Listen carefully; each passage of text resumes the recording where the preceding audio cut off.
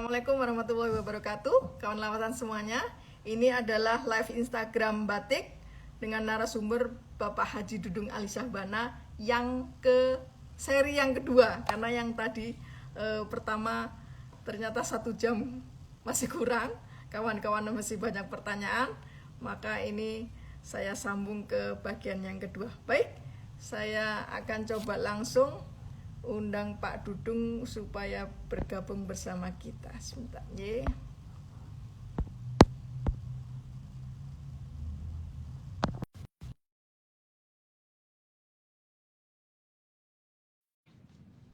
Selamat malam semuanya.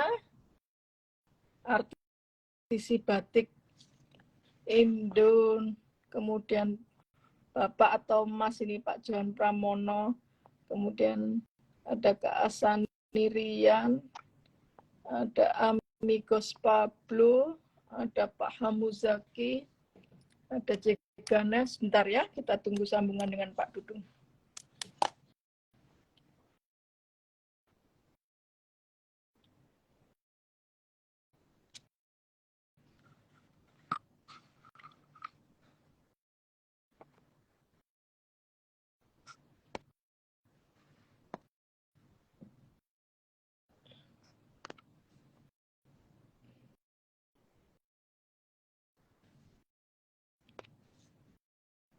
Saya sudah invite Pak Dudung.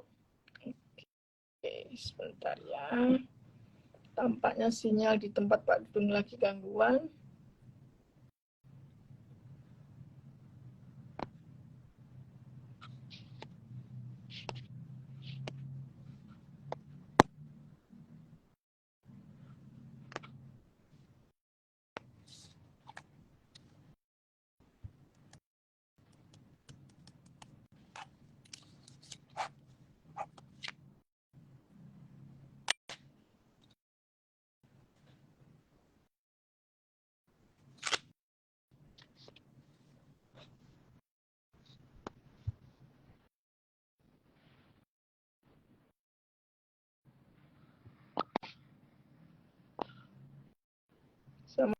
Assalamualaikum Pak Dudung.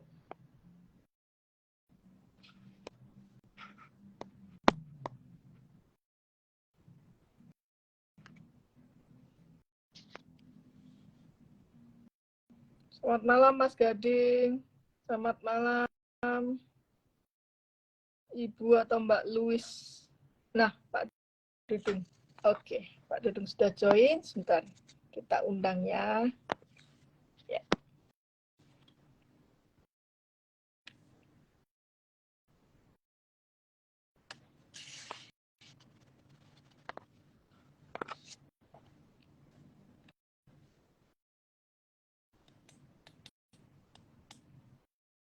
Monggo, Pak Dudung, saya sudah invite. Ya. Oke. Alhamdulillah. Assalamualaikum, kita sambung ya Pak Dudung ya. Monggo, monggo. Ya. Kemudian Pak Dudung, apabila kita membahas tentang batik Pekalongan, yang menarik adalah karena batik Pekalongan itu punya perjalanan sejarah yang sangat luar biasa. Kalau menurut Pak Dudung, karakter apa yang dulu dimiliki oleh batik Pekalongan, keindahan-keindahan yang dimiliki oleh batik Pekalongan, tetapi mungkin sudah tidak ada lagi sekarang gitu Pak. Jadi mungkin kawan-kawan jadi lebih bisa ngeh tentang batik Pekalongan kuno misalnya gitu Pak. Menurut Pak Dudung apa Pak? Oke, saya mulai dari batik Jelamprang ya. Batik Jelamprang di Pekalongan itu hampir seperti batik nitik di Jogja atau batik motif cakar di Solo. Cuma kalau di Pekalongan itu strukturnya itu masih penuh. Ada strip, ada motif border atau pinggiran yang disebut buh, ada papan, ada pasung atau tumpal. Sedangkan batik nitik yang di Jogja dan di Solo itu tidak ada struktur itu. Di dalam kain-kain tradisional seperti tenun songket, kemudian tenun Sumbawa, Lombok di daerah timur sana, struktur itu ada. Itu kain-kain tradisional termasuk batik. Nah, saya nggak tahu kenapa motif nitik di Jogja itu nggak punya struktur. Dan itu sekarang jelamprang itu di Pekalongan udah punah. Yang ada sekarang jelamprang cap satu itu. Yang tulis itu sudah punah karena itu cantiknya terdiri dari cucuknya itu 4. Cucuk cantiknya itu 4 sehingga kalau ditutul itu dia menjadi kotak. Tapi kalau di Jogja itu cantiknya dibelah pakai silet, pakai peso, kemudian ditekuk sehingga dia nanti juga jadi 4. Itu teknisnya. Kemudian yang kedua batik Belanda. Batik Belanda itu yang terakhir itu Eliza van Zelen. Di atasnya ada Carlota. Di atasnya lagi masih banyak lagi. Itu adalah batik-batik yang memang di maintain, memang di manage oleh orang-orang keturunan Eropa. Orang sebetulnya disebut Belanda itu bukan hanya orang Belanda, tapi dulu juga ada Inggris yang tinggal di sini, ada Portugis dan sebagainya, atau keturunannya yang seperti itu. Nah, itu memang batiknya di manage sedemikian rupa sehingga menghasilkan sebuah karya yang bagus. Dan yang ketiga adalah itu sudah punah juga karena tahun 45 Indonesia merdeka, Belandanya kabur semua atau dideportasi dan lain sebagainya. Karena kita sudah bukan lagi jajahan Belanda. Yang ketiga itu adalah batik keturunan Tionghoa. Itu juga sama, mereka adalah entrepreneur yang luar biasa seperti orang-orang keturunan Eropa tadi yang membatik di Pekalongan, memaintain dan memanage batik sedemikian rupa sampai menjadi sebuah karya yang sangat halus. Dan itu sekarang yang masih ada itu tinggal Lim Ping Wei dan Wei Suchun. Jadi batik Pekalongan yang dibuat oleh orang Tionghoa keturunan Cina itu, peranakan Cina, itu ya tinggal 2, Lim Ping Wei dan Wei Suchun. Wei Suchun generasi ketiga sekarang. Lim Ping Wei itu sekarang sudah meninggal, digantikan anaknya namanya Lim Po Hin. Itu. Ya. Nah, itu tadi ya Pak Dudung. Kita mendengar sedemikian kerennya lah sejarahnya di Pekalongan itu.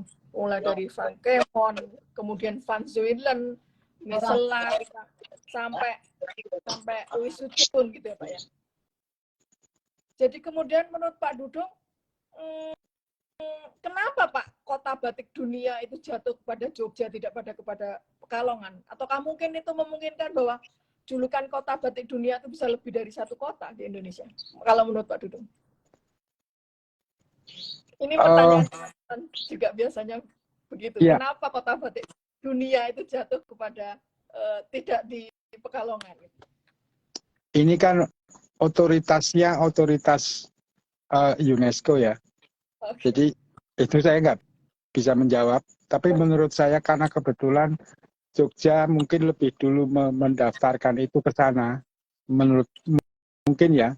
Atau mungkin menurut penilaian UNESCO, karena tadi ya di Jogja mungkin masih ada beberapa indikasi geografis yang kuat seperti nitik itu ya, atau mungkin karena sejarahnya tadi punya aspek pembuatan dan penggunaan. Nanti saya terangkan ini mengenai 4 aspek UNESCO ya.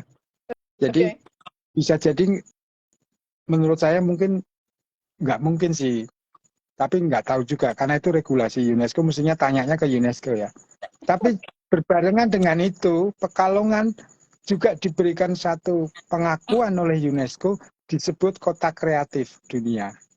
Karena Pekalongan termasuk kota yang punya jaringan kota-kota kreatif di dunia. Jadi itu levelnya sama. Kalau Jogja itu mendapatkan predikat sebagai kota batik dunia, nah kalau Pekalongan itu kota kreatif. Itu levelnya sama. Saya nggak bisa menjawab itu apakah mungkin Pekalongan bisa menjadi kota batik. Itu kan regulasi aja. Buat saya nggak penting. Yang paling penting adalah bagaimana kemudian masyarakat di kota-kota itu, dimanapun tidak hanya Pekalongan dan Jogja, masih punya aktivitas batik. Buat saya itu jauh lebih penting.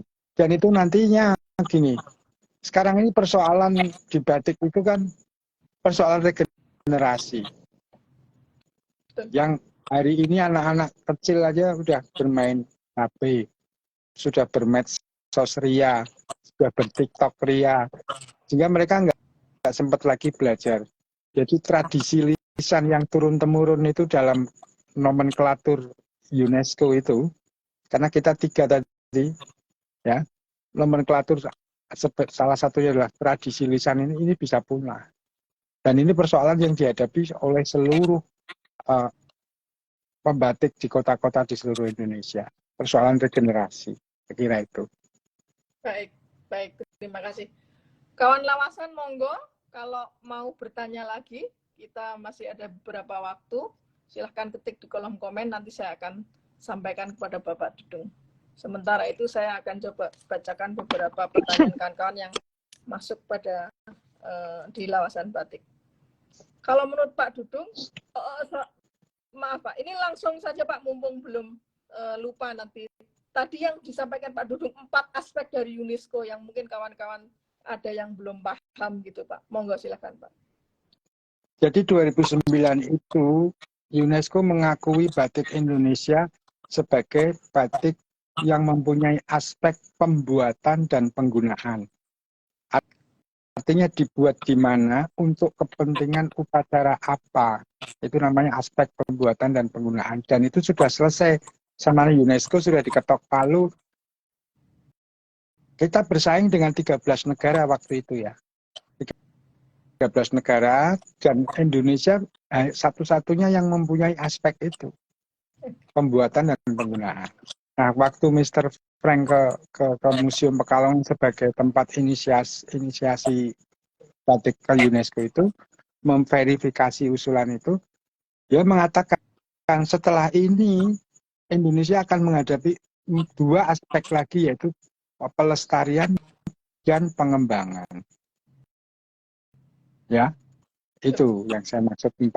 Jadi kita sekarang ini menurut UNESCO masuk pada fase melestarikan tekniknya, melestarikan value-nya, melestarikan prosesnya, melestarikan nilai-nilai yang lain, dan sekaligus mengembangkan dalam rangka batik itu bisa mensejahterakan para pelakunya. Seperti itu. Baik, terima kasih. Kemudian tadi sudah disampaikan Pak Dudung, salah satu tantangan dari batik Pekalongan adalah regenerasi. Apabila ini Pak, tekstil bermotif batik, apakah juga masuk dalam tantangan atau katakanlah ancaman atau segala sesuatu yang perlu dicari segera solusinya bagi dunia perbatikan atau khususnya di batik Pekalongan, atau justru karena Pekalongan sendirilah yang pencetus atau paling gayeng gitu mengembangkan tekstil bermotif batik? Monggo Pak. Ini kan soal pemahaman ya. Ya. Jadi saya menyampaikan agak berbeda sudut pandang saya, perspektif saya ya. Kedengaran Bu? Kedengaran jelas, monggo. Oke. Jadi gini, itu tadi ketika saya berkomunikasi dalam tanda kutip dengan batik, batiknya itu ngomong sama saya, Mas Dudung, aku ini dari dulu batik loh, hari ini masih batik dan masih akan tetap menjadi batik. Ada 3 itu ya, dari dulu batik, hari ini masih batik, dan untuk selanjutnya masih akan menjadi batik. Belum ingin menjadi batok, belum mau menjadi batak, atau belum mau menjadi yang lain. Itu saya kira udah menjawab. Ya, yang disebut batik itu ya bukan tekstil bermotif batik. Itu sebetulnya spanduk gambarnya batik. Ya kan Bu? Betul. Jadi kalau mohon maaf pada teman-teman yang menggunakan motif batik tapi prosesnya bukan batik, itu sama saja menggunakan spanduk bergambar batik. Karena batiknya nggak ingin jadi disebut printing, nggak mau, dia masih mau menjadi batik kok. Nah, apakah itu menjadi ancaman? Kalau kita masih ada yang masih membuat batik, masih akan ada pembelinya kok. Begitu pula printing, silakan. Saya nggak mendistorsikan makna printing karena itu juga kebudayaan baru. Tetapi himbauan saya, silakan Anda jangan mengatakan itu batik. Katakanlah itu tekstil bermotif batik.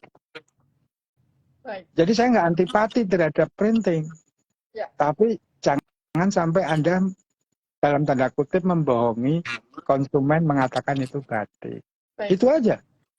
Ya, jadi yang paling penting adalah pemahaman bahwa mana yang batik, mana yang bukan. Kemudian setelah itu berkembang sesuai dengan jalannya masing-masing. Siap, setuju Pak. Ya. Nah, ada yang bertanya Pak Dudung dari sebentar ya, Ihsan Ansori. Bagaimana pandangan Bapak meskipun sudah dikampanyekan atau dikukuhkannya batik sebagai budaya nasional, tetapi tidak diimbangi edukasi batik yang seimbang pada masyarakat. Kemudian batik hanya dilihat dari segi motifnya saja, jadi kain-kain apa saja yang ada motif batik secara umum layak disebut batik. Sedangkan batik tidak dilihat dari segi nilai prosesnya. Bagaimana tanggapan Bapak? Ini dari Isa Ansori, Pak. Mas Isa itu tadi sebagian sudah saya jawab ya. Oke. Jadi Itu sebetulnya tadi ini kan tanggung jawab bersama kita ya. Siapa?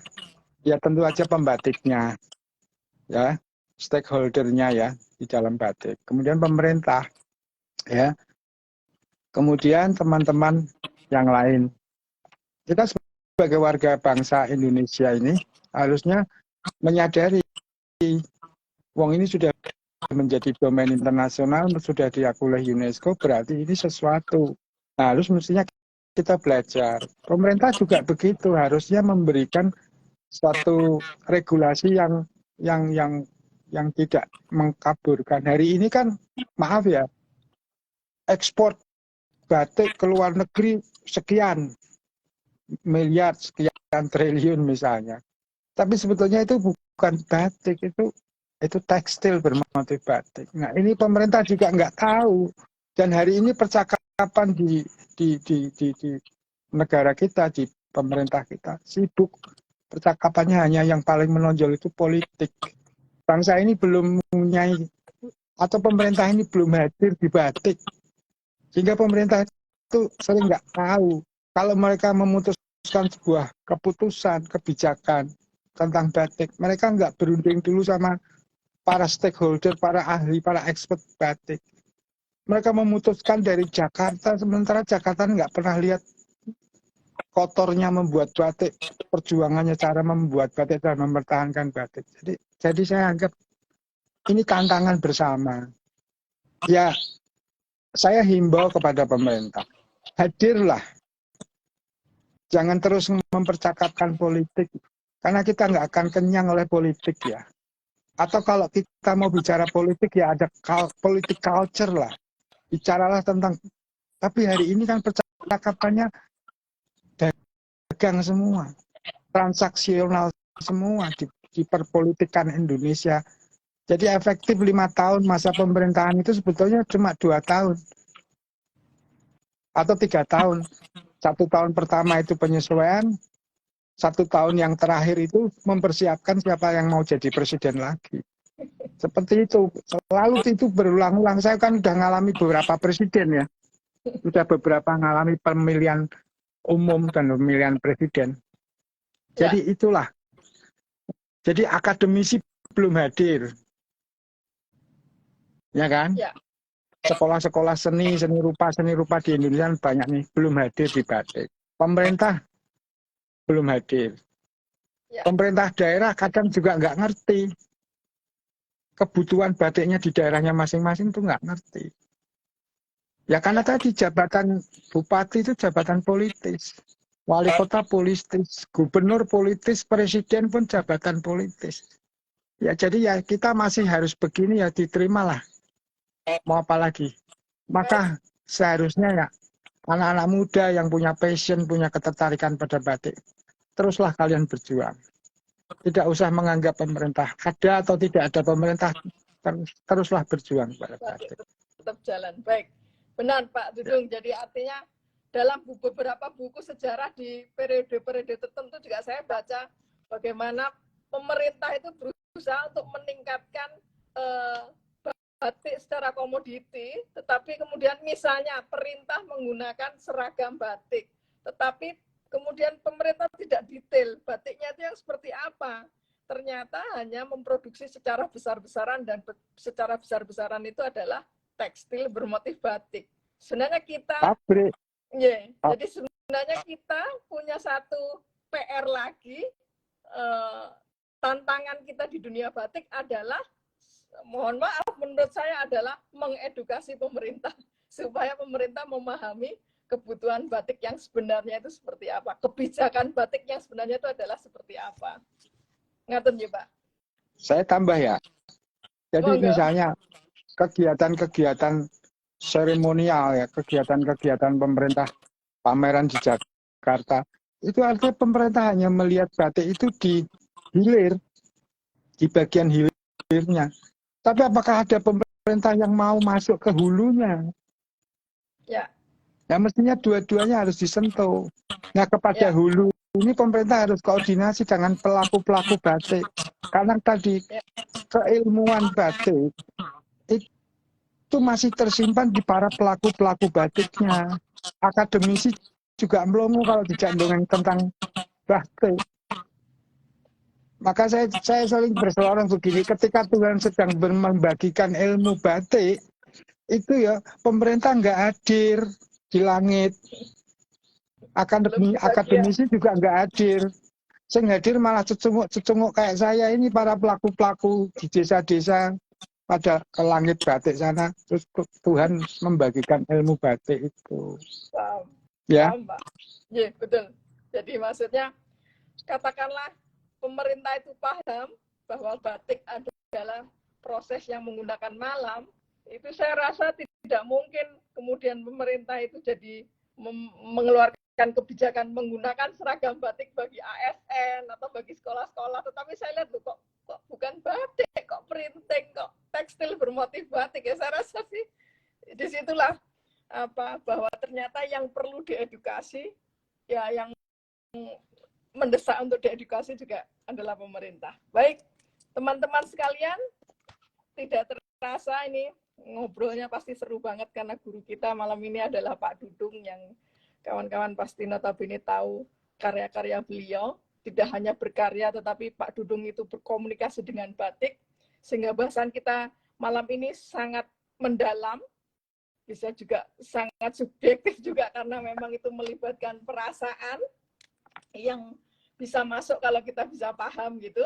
Saya akan sedikit bacakan komen-komen dari teman-teman Pak Dudung. Jadi teman-teman malam ini seneng banget, semangat. Matur nuwun Pak Dudung. Ada dari Mada Lukis Batik Linggau nih. Ini Bang Mada nih. Pada dasarnya kekuatan batik Indonesia sangat luar biasa jika dikelola dengan sangat maksimal, bisa menjadi kekuatan perekonomian yang sangat dahsyat sekali. Thank you Bang Mada. Kemudian dari Anomailito, banyak PR-nya tentang batik. Kaula muda pakai batik aja dikira deso.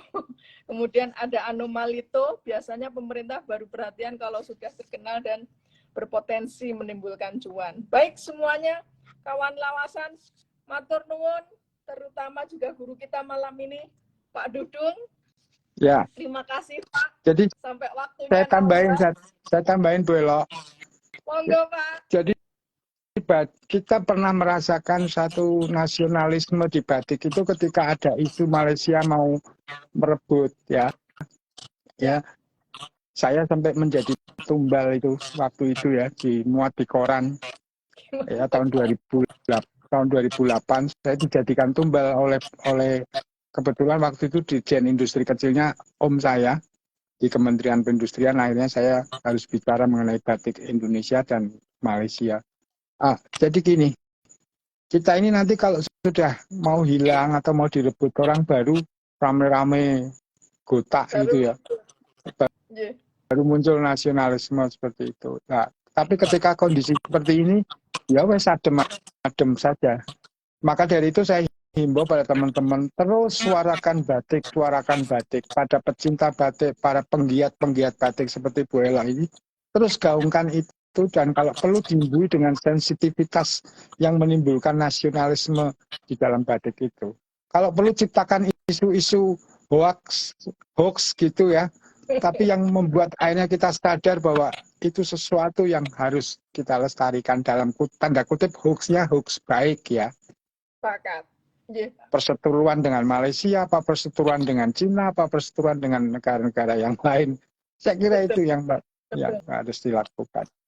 Sehingga kita nggak cuma rame-rame, tetapi kita juga paham makna ya Pak Ya. Dudung ya. Dan teman-teman yang paling menarik yang kita bisa simak dari Pak Dudung malam ini adalah silahkan kita mengembangkan batik, mau dari sisi komoditas, mau dari sisi lebih dalam secara filosofi, tetapi pahami bahwa proses membatik selalu melibatkan malam. Apabila tidak itu, malam panas.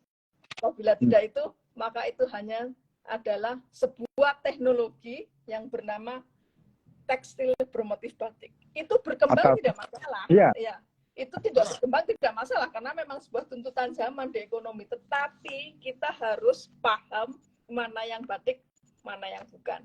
Nah, sering kali gini, pemerintah itu gini, kalau batik itu kan mahal akhirnya, makanya harus diciptakan printing. Sebetulnya bukan itu kalimatnya. Tingkatkan perekonomian masyarakat, jadikan orang kaya semua, orang nggak mau beli printing pasti. Sekarang Bu Elok misalnya atau teman-teman yang lain punya duit, lah kok ngapain aku beli printing? Mending beli batik aslinya. Wah, aku beli sepatu aja pengen yang ori kok. Ya, betul, Pak. Ya kan? Jadi betul. Sebetulnya pemerintah tuh cara menyikapinya keliru. Jangan katakan bahwa batik itu mahal sehingga orang-orang yang dalam tanda kutip penghasilan kecil tidak mampu membeli. Tingkatkan daya beli masyarakat, tingkatkan ekonomi masyarakat sehingga bisa membeli batik. Itu. Jadi mempertahankan hasil karya budaya juga ya Pak ya? Ya, itulah. Nanti seleksi alam. Kalau orang sudah punya duit, ngapain gua beli printing? Ngapain gua beli kopinya? Gua mau beli originalnya kan. Itu saya kira. Baik, saya minta maaf barangkali ada kekurangan atau mungkin dalam sisi bahasa ada yang keliru ucapan saya. Mohon maaf yang sebesar-besarnya. Ya, kepada semuanya, termasuk pada pemerintah, saya perlu minta maaf dan dimaafkan. Dan saya juga memaafkan pemerintah karena pengetahuannya masih segitu kok. Dan nggak mau ningkat. Baik, itu. Siap Pak Dudung. Semoga obrolan kita malam ini bermanfaat. Yang paling penting lagi juga menambah kemajuan buat batik di Indonesia. Amin. Teman-teman semuanya yang sudah bersabar bergabung walaupun saya putus jadi 2 kali. Terutama juga guru kita malam ini, Pak Haji Dudung Alis Sabana. Matur nuwun semuanya. Wassalamualaikum warahmatullahi wabarakatuh. Waalaikumsalam warahmatullahi wabarakatuh. Nggih, matur nuwun.